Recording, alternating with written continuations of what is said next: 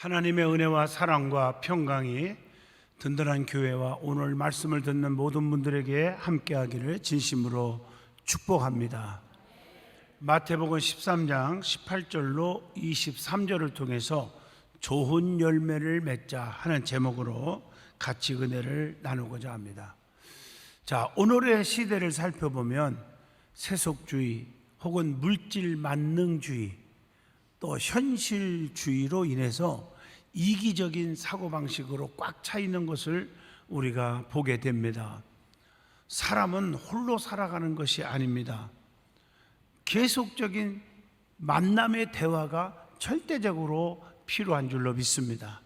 그러나 지금은 스마트폰 시대, AI 시대가 되어서 만남이 없이도 얼마든지 살아갈 수 있는 환경이 되어버렸음이 어떻게 보면 안타깝습니다.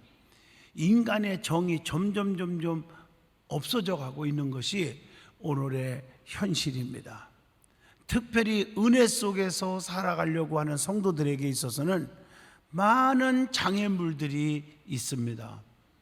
마치 이스라엘 백성들이 출애굽할 때 장애물들이 있었던 것처럼 그런 장애물들이 꼭 생기는 거예요.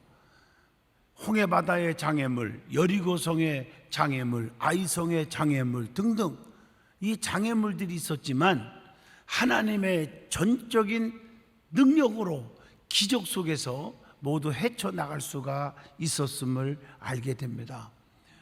오늘날 성도들이 하나님의 축복을 받지 못하게 하는 영적인 방해물들이 많이 있어요. 특별히 축복의 열매를 맺지 못하게 하는 방해물들이 있다는 거죠. 그런 모습을 오늘 본문 말씀에서는 씨 뿌리는 비유의 말씀으로 기록하고 있습니다. 먼저 씨를 뿌린 밭이 네 군데가 나오죠. 길가나 돌짝밭, 가시떨기, 그리고 옥토, 좋은 땅이죠. 거기에 씨를 뿌려줬어요. 그런데 세 군데 밭에서는 자랄 수가 없어요. 열매는 더군다나 기대할 수가 없게 되었습니다. 하지만 좋은 땅에 뿌려진 씨는 100배, 60배, 30배 열매를 풍성하게 맺게 되었다고 하는 것입니다. 오늘의 본문을 통해서 열매 맺지 못하는 이유가 뭔지, 또 좋은 열매 맺는 방법이 무엇인지 오늘 이 말씀을 통해서 한번 영적으로 분석을 해보고자 합니다. 제일 먼저 씨 뿌리는 비유를 통해서 우리에게 주는 영적인 믿음의 교훈을 받고자 합니다. 씨앗은 하나님의 말씀을 의미합니다. 또 밭은 우리의 마음, 우리의 심령을 의미하는 것으로 보고 이 말씀을 들어야 합니다. 씨앗은 하나님의 말씀입니다. 하나님의 말씀은 히브리서 4장 12절 보니까 살아있고 활력이 있어서 좌우에 날선 어떤 검보다도 예리하여 혼과 영과 및 관절과 골수를 찔러 쪼개기까지 하며 또 마음의 생각과 뜻을 판단하나니 그랬어요.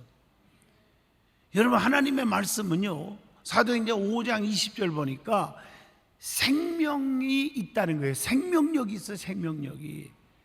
그래서 오늘 본문 23절에 하나님의 말씀은 열매를 맺게 한다는 거죠. 열매를. 어떤 목사님이 설교하기 전에 먼저 한쪽 코너에서 열심히 준비기도 하고 말씀을 한번 외쳐봅니다. 예배하기 전에 큰 소리로 수천 명이 모인 것처럼 그냥 어린 양을 지고 가는 양을 봐라, 또 회개하라, 천국이 가까이 왔느니라, 예수를 믿는 자마다 멸망치 않고 영생을 얻게 되느니라 말씀을 막 크게 외치고 있는데 그 소리를 그 교회 2층에서 교회 무슨 보수 작업을 했어요. 근데 보수 작업을 하던 인부가 그 말씀을 듣고 집에 왔는데 계속 세상 죄를 지고 가는 어린 양을 보라, 예수를 믿으라, 그리하면 너와 내 집이 구원을 얻느니라, 믿지 않으면 지옥이고 믿으면 천국이다. 막 이게 계속 울려서 잠을 못 자는 정도요. 그러면서 그 어린 적에 예수를 믿었던 생각이 떠올라서 거기서 하나님 잘못했습니다. 하나님 믿겠습니다.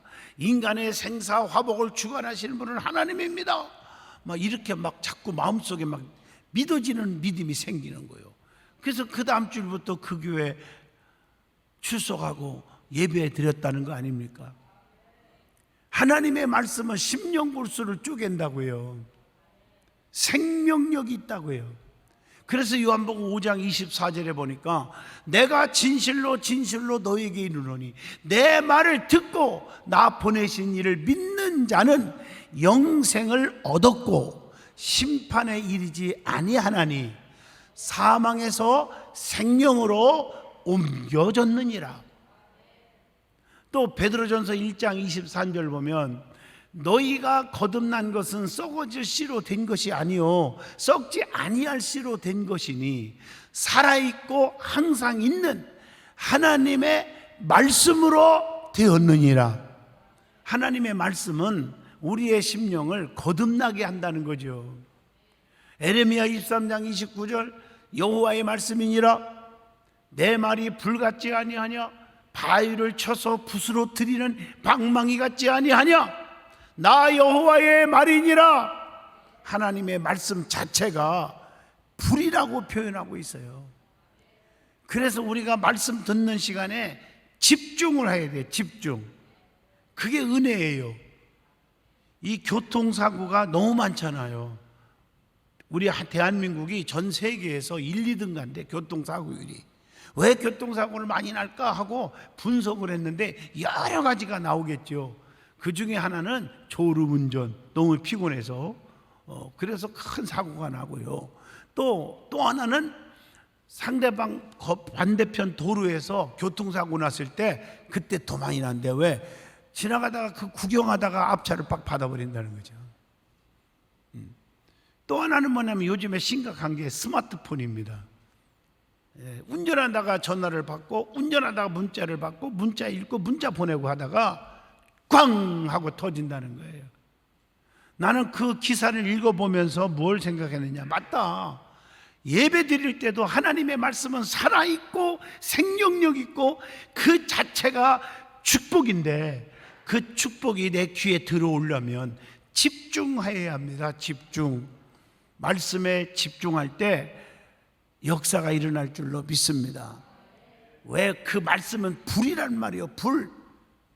불은 뜨겁기 때문에 열심 있는 성도로 만드는 것을 우리가 누가복음 24장 32절을 통해서 알게 됩니다.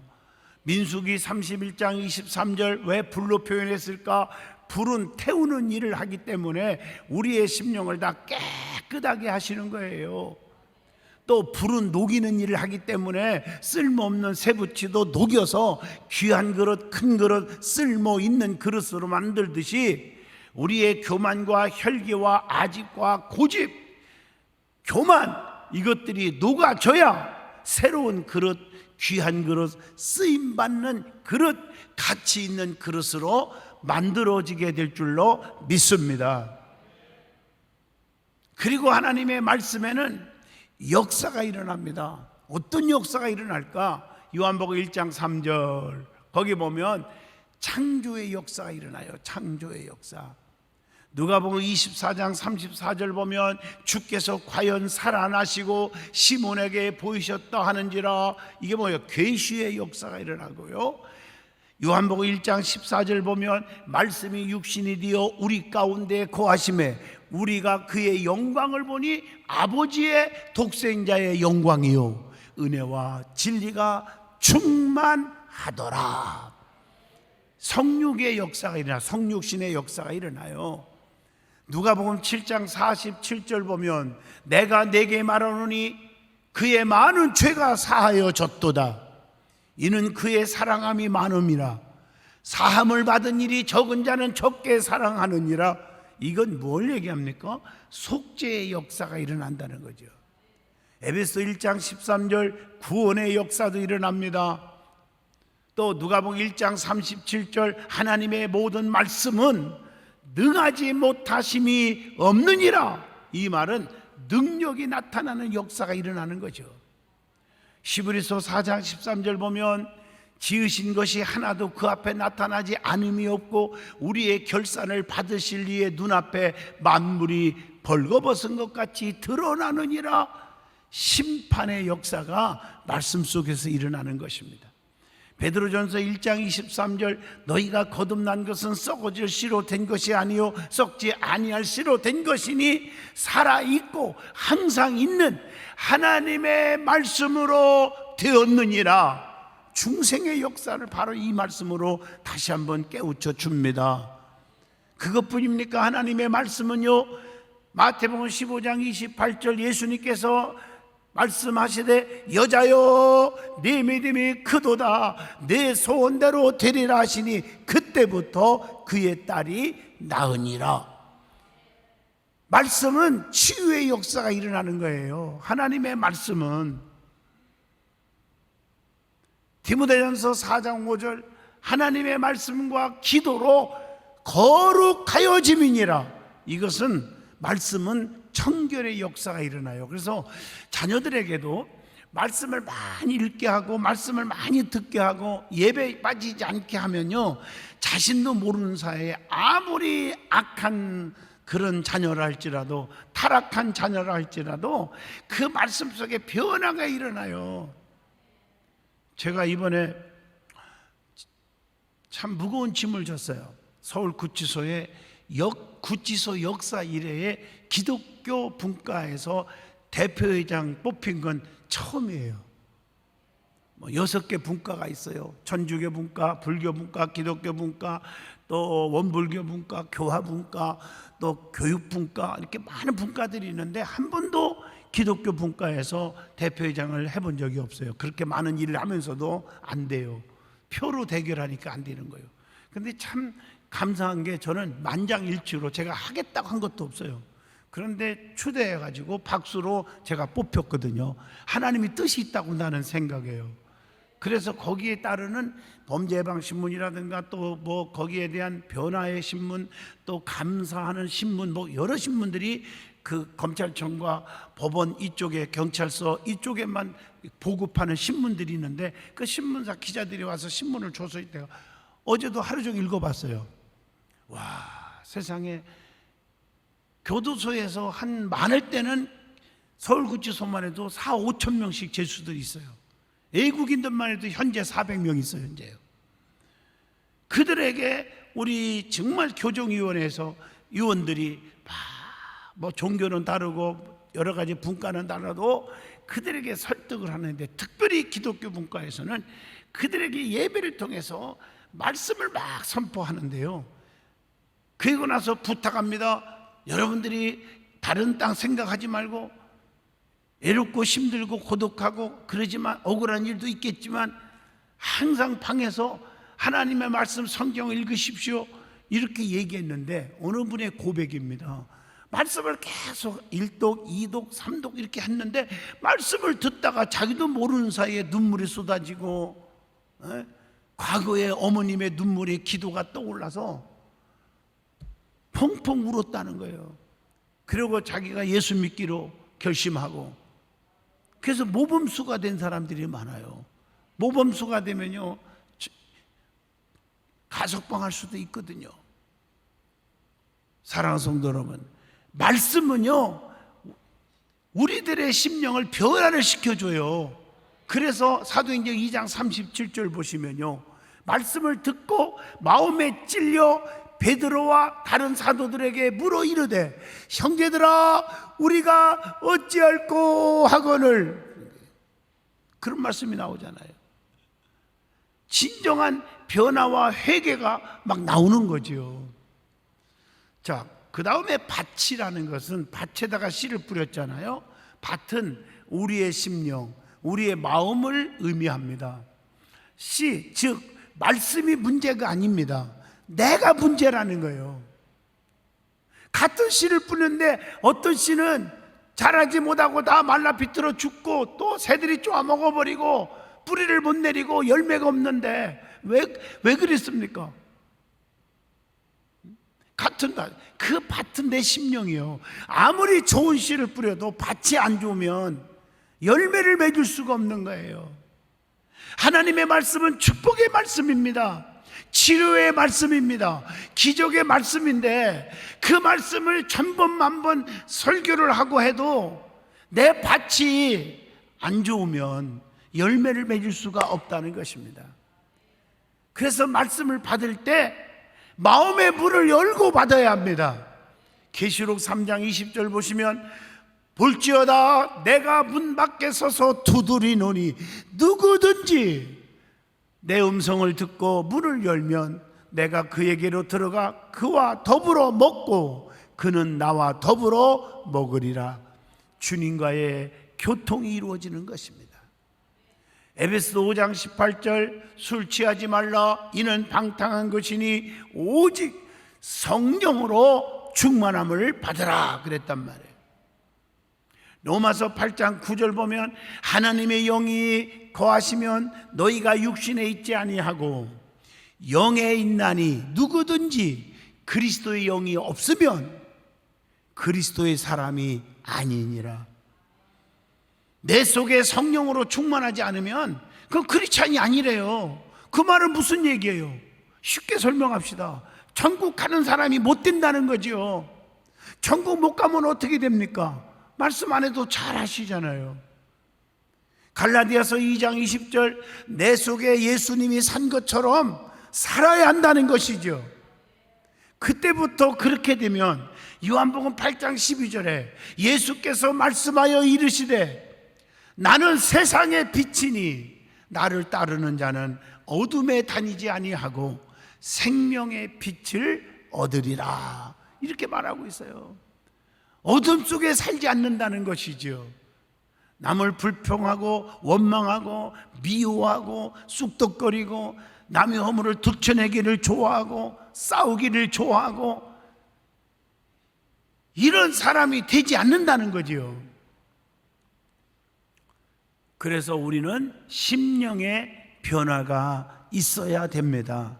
그래야 그 심령 속에 변화된 심령 속에 씨를 뿌릴 때, 즉 좋은 땅에 씨를 뿌린 것 같이 100배, 60배, 30배 열매를 맺을 수가 있습니다. 우리의 심령이 변화될 수 있기를 축복합니다. 그러면 무엇입니까? 누가복음 5장 8절 내가 하나님 앞에 죄인입니다. 죄인임을 부족합니다. 고백하는 변화가 있어야 되고요. 요한복음 1장 49절 보면 나다나엘이 대답하여 랍비요 당신은 하나님의 아들입니다. 당신은 이스라엘의 임금이로소이다. 이렇게 고백하는 변화가 있어야 합니다. 요한복음 4장 29절처럼 죄 용서함의 기쁨과 감격을 체험하는 변화가 있어야 합니다. 그래서 고린도후서 4장 16절 보면 우리가 낙심하지 아니하노니 우리의 겉사람은 낡아지나 우리의 속사람은 날로 새로워지는도다. 그래서 로마서 14장 8절이 고백이 있죠. 우리가 살아도 주를 위해 살고 죽어도 주를 위해서 죽나니 그러므로 사나 죽으나 우리가 주의 것이로다. 그 다음에 변화는 생활의 변화입니다. 우리가 정말 말씀으로 거듭나고 말씀의 은혜를 충만히 받게 되면 생활의 변화가 일어나요. 누가복음 19장 8절 보세요. 소유의 절반을 가난한 사람에게 나눠주고 남의 것 빼앗은 것이 생각만 나면 다 어떻게 해요? 4배로 갚아주겠다고 고백합니다. 그게 누구의 고백입니까? 사케오의 고백이잖아요. 예수님 만나고 나서 고백하는 거예요. 마태복음 5장 44절 보면 너희의 원수를 사랑하며 너희를 박해하는 자를 위하여 기도하라. 여러분, 남을 용서할 줄 모르고 뿡 하면 죽을 때까지 용서할 줄 모르는 것은 아직도 거듭나지 못한 분들의 행동입니다. 만약에 죄가요 거듭나지 못했다 그러면은 저는 살 수가 없을 거예요. 너무너무너무 괴로울 거예요. 맞잖아요. 저 원수, 저 배신자, 이런 게 얼마나 많이 있겠어요. 그게 다 덮어치는 거예요. 그리스도 사랑해서 나는 영원히 지옥 갈 수밖에 없는 죄인인데 나를 위하여 십자가에 피 흘려 죽어주신 예수님의 십자가만 생각하면 누구를 용서 못할 수 있습니까? 그 십자가에 믿음이 없기 때문에 화해가 안 되고 용서가 안 되는 것입니다. 사도행전 2장 45절처럼 삶의 변화는 뭐예요? 이웃을 사랑해야 하는 거예요. 모든 재산을 나눠주는 거예요. 재산과 소유를 팔아서 각 사람의 필요에 따라 나눠주고, 이게 사도행전 2장 45절의 말씀이에요. 그래서 하나님은요, 성도들이 좋은 열매 맺기를 지금도 간절히 원하시고 계십니다. 좋은 열매를 맺어야 돼요. 왜냐? 마태복음 21장 19절 보시면 무화과 나무가 열매 없을 때 어떻게 됐어요? 주님으로부터 저주받았잖아요. 마태복음 25장 23절 보세요. 열매를 맺으면 더 많은 것을 맡겨주고 칭찬하지만 열매를 맺지 않는 자는 있는 것까지 빼앗기고 내어 쫓아버렸잖아요. 성도는 교회에서 말꾼이 아닌, 목에 힘을 주고 살아가는 말꾼이 아닌 일꾼이 되어서 열매를 맺어야 합니다. 언행의 열매, 전도의 열매, 축복의 열매입니다. 자, 그러면 길가, 돌짝밭, 가시떨기에 뿌려진 씨앗은 열매를 못 맺었잖아요. 왜 열매를 못 맺었을까?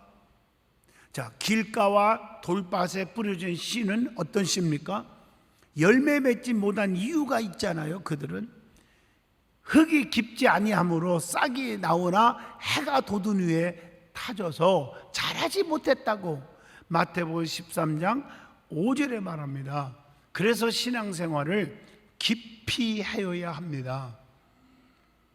그 다음에 마태복음 13장 6절 보면 해가 돋은 후에 타서 뿌리가 없으므로 말랐고 그랬단 말이에요. 뿌리가 없어요.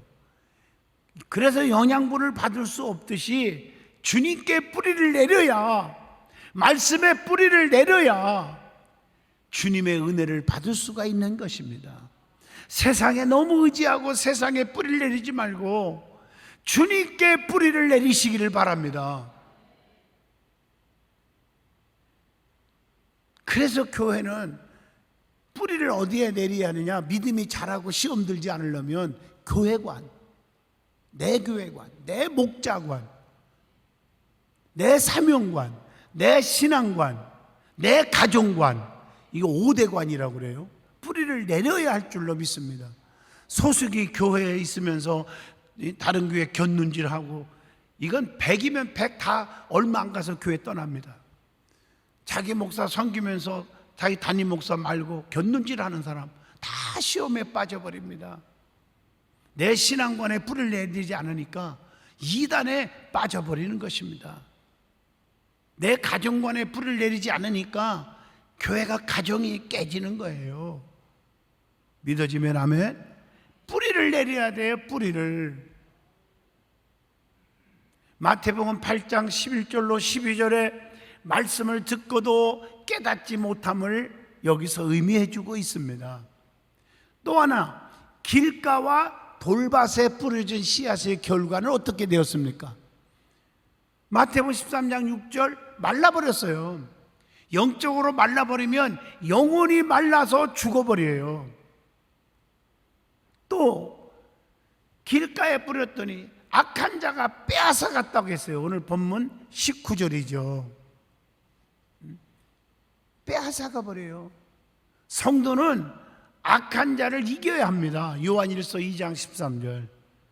또 성도는 데살로니가 후서 3장 3절 주님이 지켜주셔야 합니다. 그러면 어떻게 해야 열매를 맺을 수 있느냐? 이겁니다. 본문 18절에서 19절을 통해서 말씀을 받아야 합니다. 겸손하게 마음 문을 열어야 합니다. 강팍한 마음을 버려야 합니다. 교만한 마음을 버리시고 말씀의 뿌리를 내려야 합니다. 또 하나, 가시떨기 밭에 뿌려진 씨앗이 있다고 그랬죠. 이것은 열매 맺지 못한 이유가 뭔지를 여기서 찾아봅니다. 마태복음 13장 7절, 자라다가 기운을 막았어요. 가시떨기 때문에. 성도는 하나님의 기운을 받아야 합니다. 성령 충만, 하나님의 능력을 받아야 합니다. 근데 그게 가리워지면 안 되잖아요. 가시의 의미가 뭘까요? 이사야 34장 13절에 답이 주죠. 여러분, 가시는 파멸을 의미합니다. 파멸. 호세아 2장 6절에 보면 가시는 심판을 의미하기도 합니다. 또 고린도후서 12장 7절, 가시는 사탄을 상징하기도 합니다. 야고보서 4장 4절 보면 가시는 세상에 속한 자를 의미할 때 가시로 표현합니다. 이 가시 때문에 자랄 수가 없는 거예요. 열매를 못 맺는 거예요. 축복을 못 받는 거예요. 그러면 가시는 어떻게 해야 합니까? 가시는 잘라내야 합니다. 그러기 위해서 마태복음 6장 31절, 세상의 모든 염려, 근심, 걱정을 버려야 한다고 했습니다. 본문 22절에 보면 재물의 욕심을 물리쳐야 한다고 했습니다.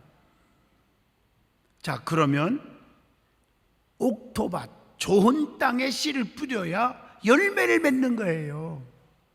본문 23절의 말씀이죠. 그래야 60배, 100배, 30배 막 열매를 맺는다고 했어요.